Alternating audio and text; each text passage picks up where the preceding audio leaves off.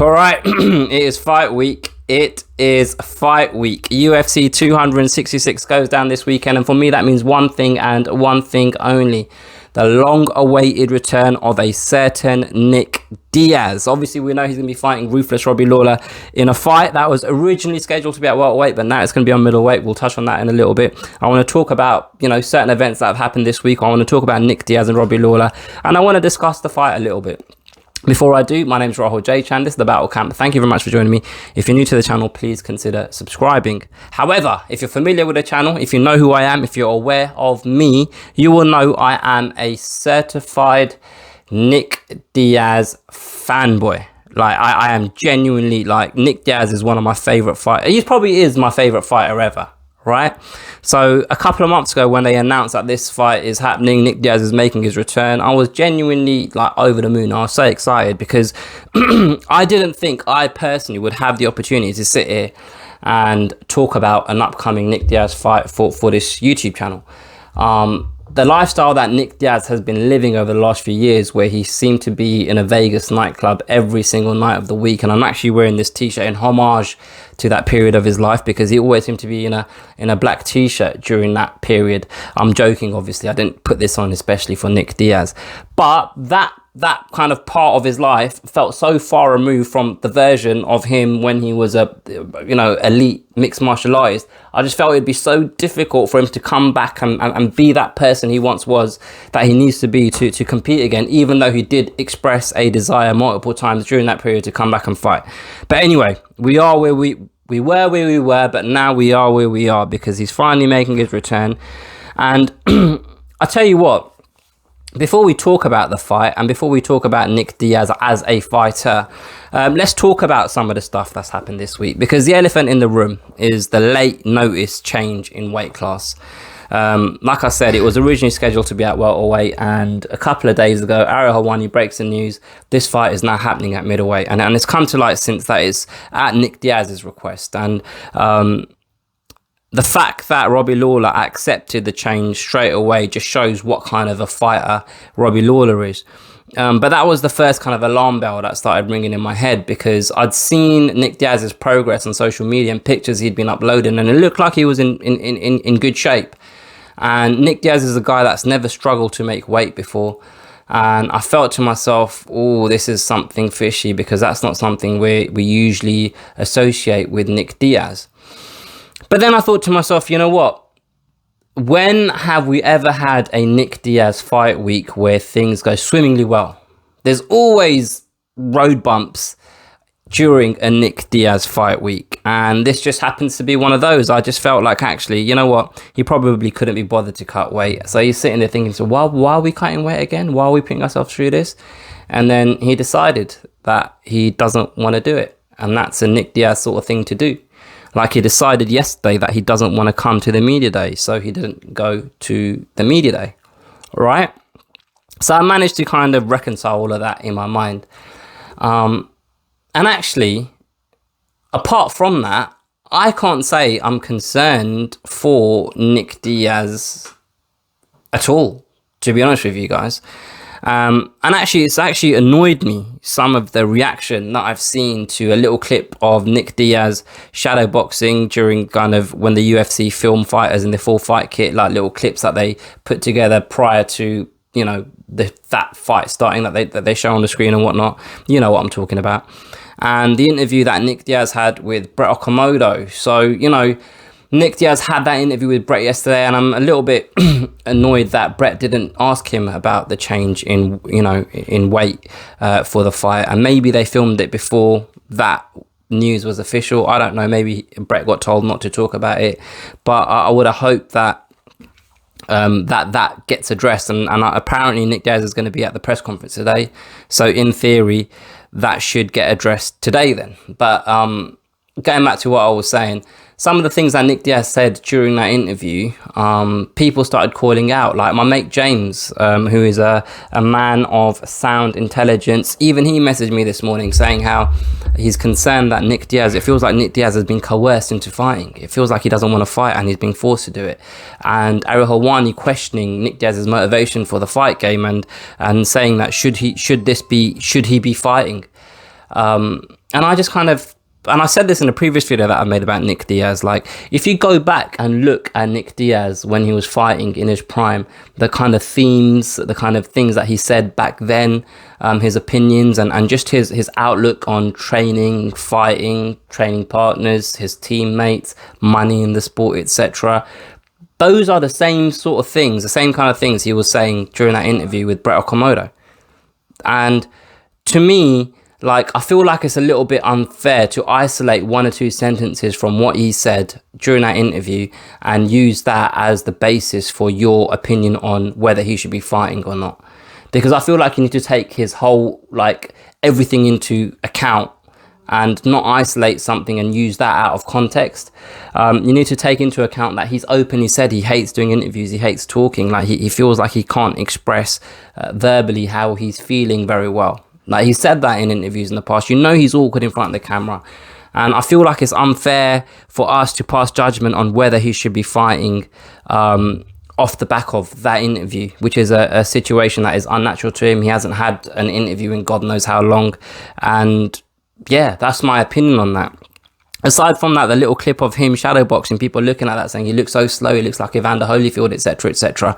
I saw on Instagram today an account called MMA Sound posted a clip of Nick Diaz shadowboxing when he was in his prime, and it didn't look too dissimilar to what we saw this week. So, like I said, man, compare him.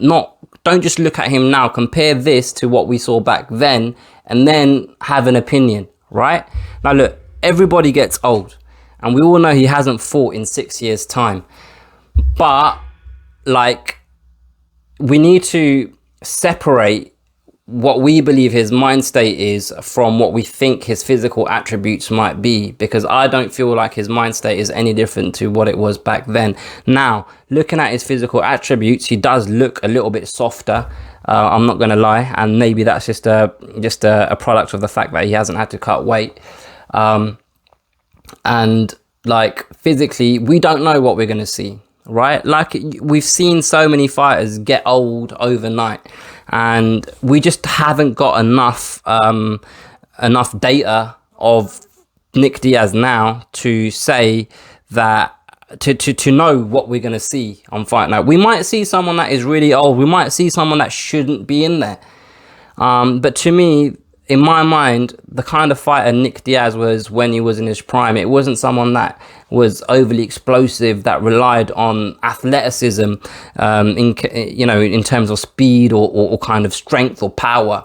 It was a guy that was durable, a guy that had a lot of cardio, a guy that had a massive output. And I don't know whether that would diminish so much by being inactive and getting old in age. I'm hoping, fingers crossed anyway. Do you know what I mean? That's my thought going into this.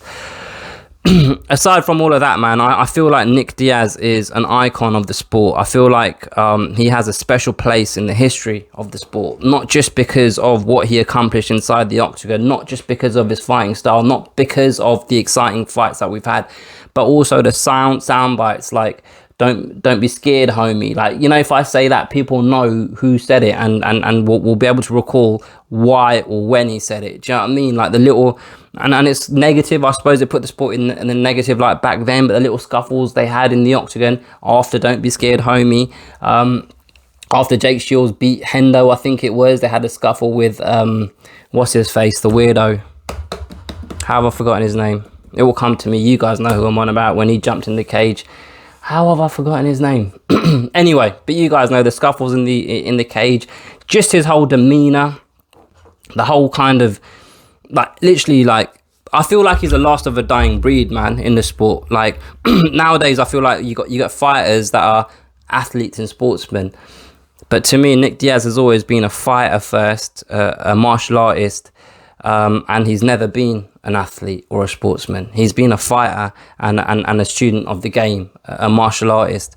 And just the way he's carried himself throughout his career, the character he's got, just the disregard for promotions that he's working for, etc. He's genuinely a guy that does what he wants when he wants, and he's happy to face the consequences and the repercussions.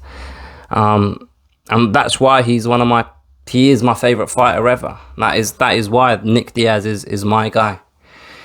And I just hope that I don't see a shadow of Nick Diaz on fight night.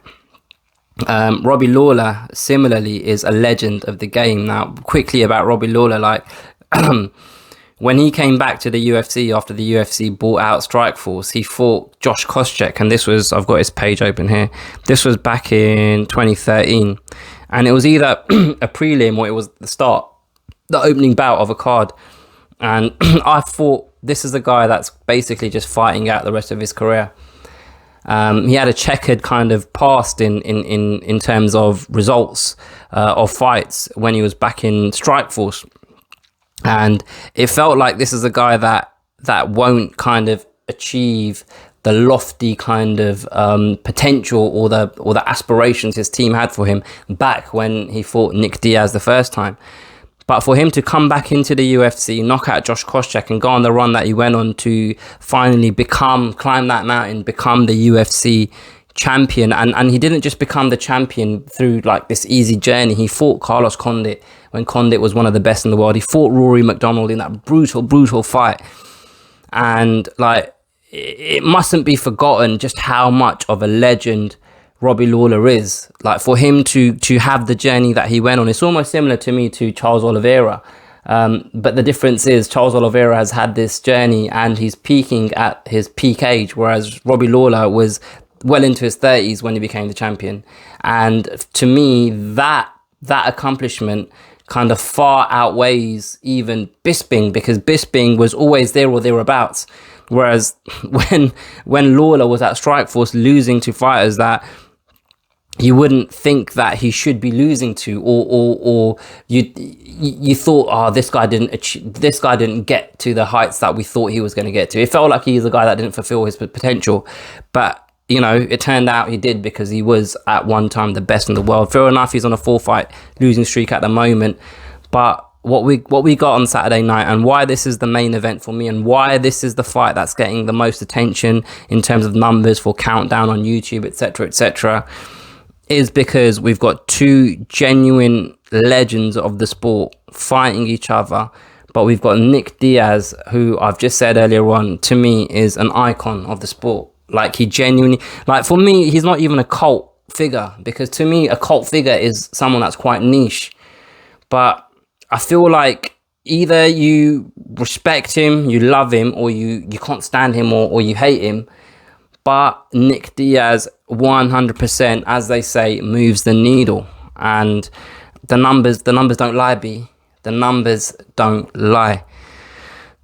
Now, the fight itself, I have no idea what to expect. No idea what to expect. You can't watch the first fight and use that as a basis to form a prediction for the fight, because both of these men are completely different fighters. And like I've just said, we don't know what version of Nick Diaz is going to turn up. We don't.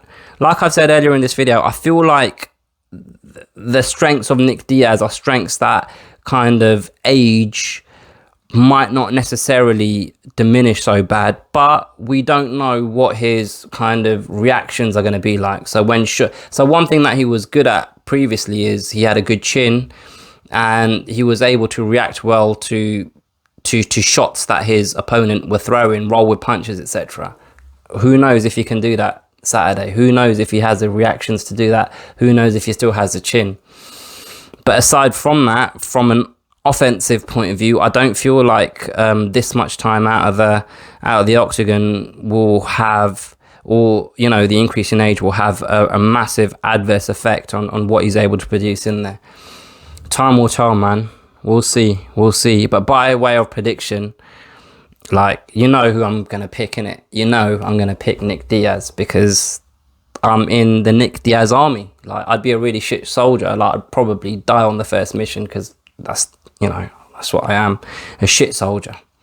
But I'm a Nick Diaz fan, and I can't pick against him. I never have, and I never will. What do you guys think? Put your comments below. What do you think is going to happen in the fight? What do you make of all of the stuff that's happened this week? What do you make of my opinion that I've expressed about Nick Diaz and my kind of analysis, like I'm some sort of bloody psychologist of Nick Diaz and his current mind state? I'd love to hear your opinion, because I'm happy to kind of admit if I'm wrong, and I'm open to admit that I might be being biased without trying to be biased. Do you know what I mean? But it is what it is, man. This is why we fucking watch this sport, because we have our favourites, and Nick Diaz has always been my favourite. Anyway, don't be scared to hit the like button, share this with a friend if you've enjoyed it, subscribe to the channel if you haven't already. I'll catch you guys next time.